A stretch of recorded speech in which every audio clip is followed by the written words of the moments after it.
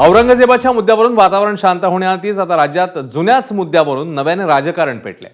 5 वर्षांपूर्वीचा दिशा सलियन मुद्दा पुन्हा एकदा राजकारणाच्या केंद्रस्थानी आलाय। दिशाच्या वडिलांनी नव्याने याचिका दाखल करत उद्धव ठाकरे आणि आदित्य ठाकरेंची नार्को टेस्ट करण्याची मागणी केली आहे। त्यामुळे आदित्य ठाकरे सत्ताधाऱ्यांच्या रडारवर आले। या प्रकरणावरून आज विधिमंडळाच्या दोन्ही सभागृहात जोरदार खडाजंगी झाली। विधानसभेत आरोप झालेल्यांच्या अटकेची मागणी मत्स्योद्योग मंत्री नितेश राणेंसह करत सत्ताधारी आमदार हे आक्रमक झालेले आहेत, तर विधान परिषदेत ठाकरेंचे आमदार अनिल परब आणि भाजपच्या आमदार चित्रा वाघ यांच्यामध्येही खटका उडालेला पाहायला मिळाला।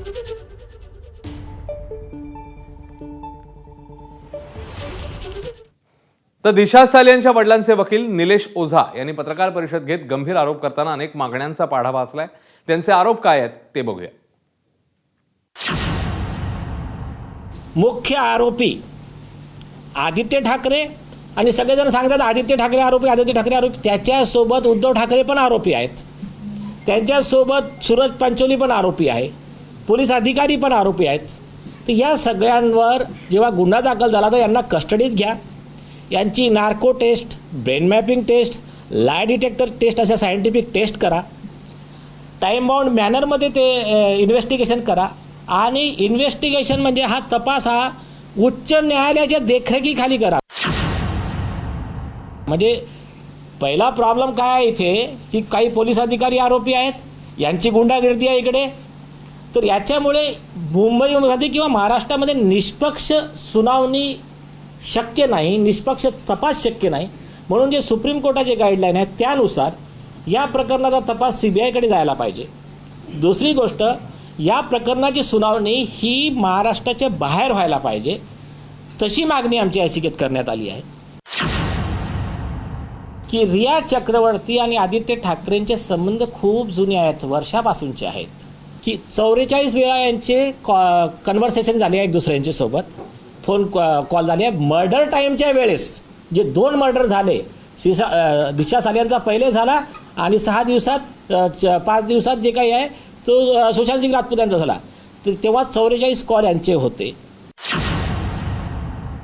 दिशा सालियनच्या फ्लॅटवर त्या दिवशी आदित्य ठाकरे, सूरज पांचोली होते हे प्रूव्ह करणारे digital proofs, mobile tower location आणि एक्स्ट्रा जे आत्ता नाही सांगत आहे मी, हे सगळे नार्कोटिक्स कंट्रोल ब्युरोच्या फाईलमध्ये आहे, समीर वानखेडे साहेब यांच्याकडे आहेत। 14व्या माळ्यावरून जेव्हा एखादी बॉडी पडते तर ही बिल्डिंग आहे तर अशी पडते ना, तिच्या बाजूलाच पडते।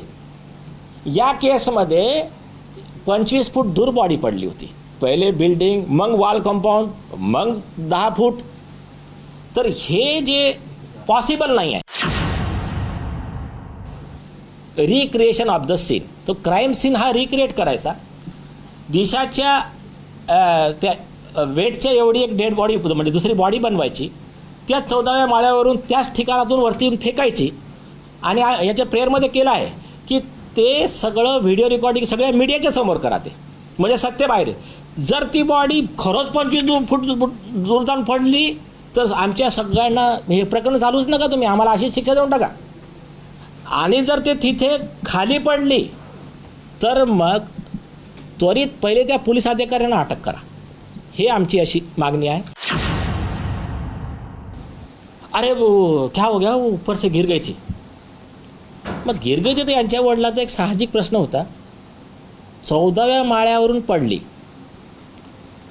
तुमच्या कोणाच्याच शर्टला काही ब्लड दिसत, तुम्ही उचलून आणलं तिला, याच्यावर काही ब्लड दिसत नाही आहे।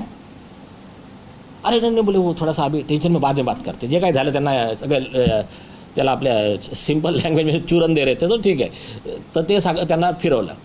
त्याच्यानंतर दुसऱ्या दिवशी हे स्वतः तिथे गेले, त्या ज्या जागेवर पडली तिथे ब्लडचा एकही डॉट नाही।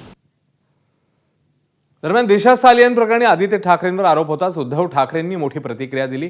या आरोपांमध्ये तथ्य नाही असं सांगत उद्धव ठाकरेंनी सत्ताधारी महायुती सरकारला खोटं नाटक केल्यास बूमरँग होईल असा इशाराही दिलाय।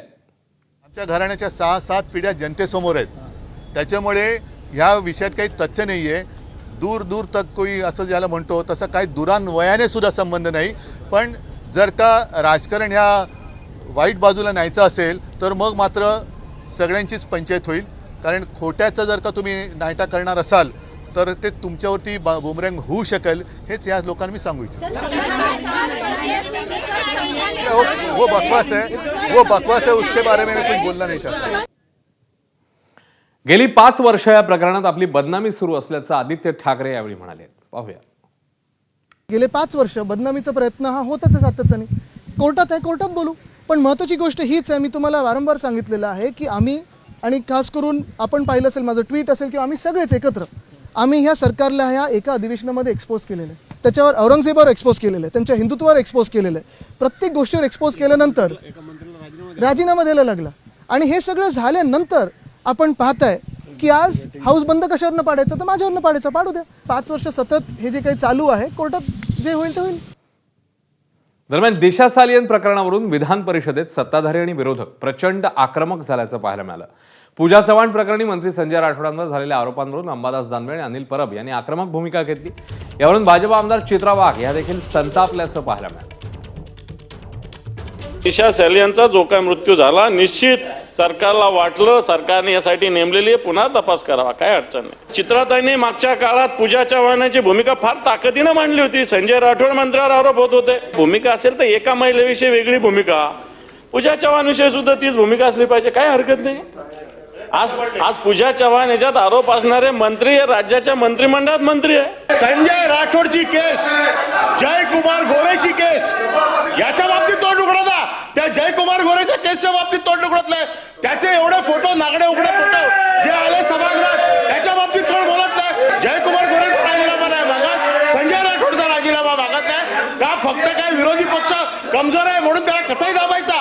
किरीट सोमय्याची बायको आत्महत्या करायला चालली होती. किरीट सोमय्याचा दिलाला व्हिडिओ, त्याची चौकशी करायला. आज संजय राठोड मंत्रिमंडळात आहे, ते का मंत्रिमंडळात आहे याचं उत्तर तत्कालीन मुख्यमंत्री एकनाथराव शिंदेंनी दिलं.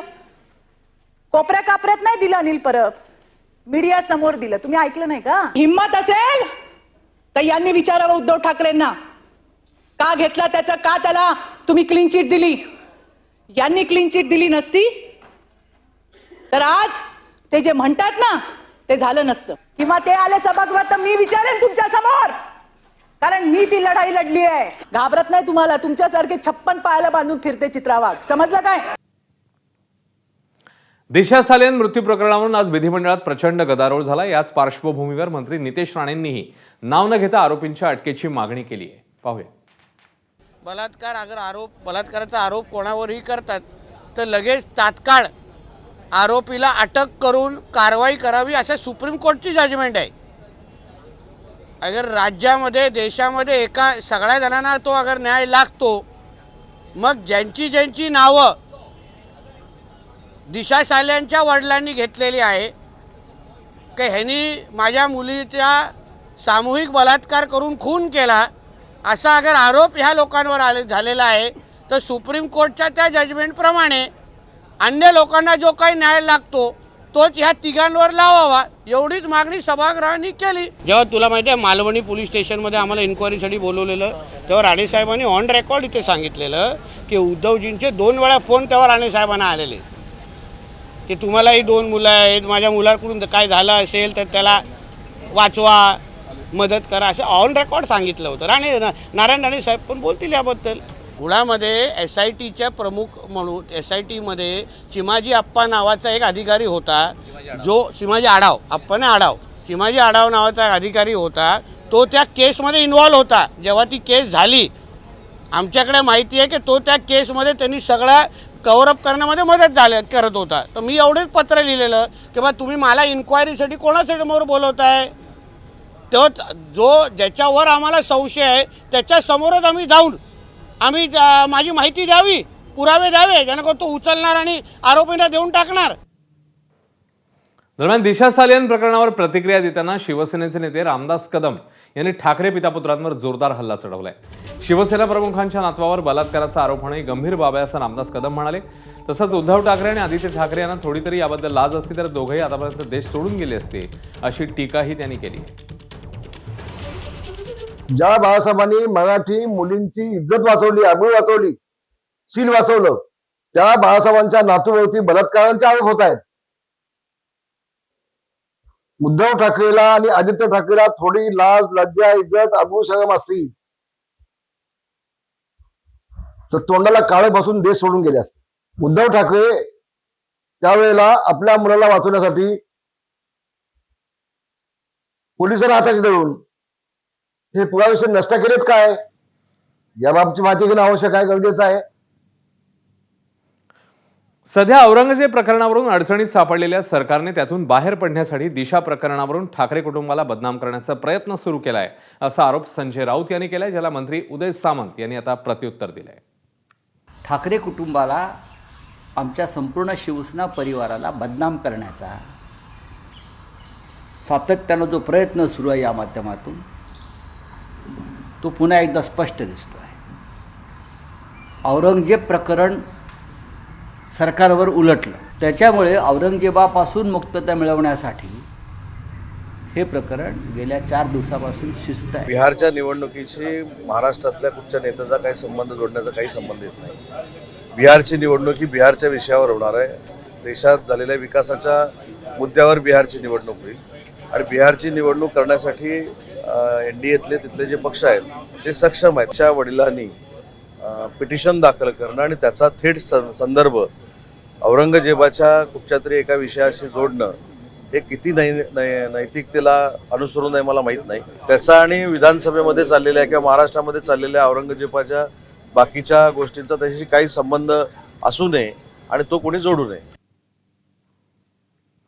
दिशा प्रकरणावरून सत्ताधारी आणि विरोधकांमध्ये चांगलीच झुंपलेली असताना महायुतीतल्या अनेक नेत्यांची ताकद आदित्य ठाकरेंच्या पाठीशी उभी असल्याचं यावेळी पाहायला मिळालंय. बघूया कोणत्या नेत्यांनी नेमकं काय म्हटलंय. त्या बाबतीमध्ये निर्णय द्यायचा आहे. त्यांनी काही गोष्टी अशा जोडव्यात की आमच्यावर दबाव होता. आता खरंच दबाव होता का, त्याच्या संदर्भात काही फोनचं संभाषण रेकॉर्ड झालं आहे का, CDR आहे का, काही व्हॉट्सअपवर काही चॅटिंग झालं आहे का, हे सर्व गोष्टी कोर्टात दिल्यावर समजेल. आपण कोर्टात एक केस गेल्यावर त्याच्या एवढ्या काही प्रचार करतो की नंतर मग कोर्टातून काही निकाल आला तरी ज्या व्यक्तीच्या विरोधात केस आहे त्याचं जिवंत उद्ध्वस्त होईल. इतक्या वर्षानंतर ही याचिका दाखल करण्यामागचा नेमका उद्देश काय? त्याला 2.5 वर्षाचा कार्यकाळ लोटला. आजपर्यंत पण त्यांच्या वडिलांनी हा प्रश्न याचिकेच्याद्वारे कोर्टाला विचारला असता किंवा कोर्टात याचिका दाखल केली असती तर आतापर्यंत न्याय भेटला असता. महाराष्ट्राच्या समोरचे हे प्रश्न नाहीतच. मी किती दिवसांपासून सांगतोय आणि अक्षरशः डोकं फोडून सांगतोय की महाराष्ट्राच्या समोरचे प्रश्न आहेत शेतकऱ्यांचे प्रश्न, न्याय देण्याचे प्रश्न. आणि याचिकाकर्त्यांनी जी याचिका कोर्टात दाखल केली त्याला सन्माननीय न्यायालय योग्य तो निकाल देईल. जे कोणी दोषी असतील त्यांच्यावर दोषारोपपत्र जर सिद्ध झालं तर ते आरोपी म्हणून सिद्ध होतील.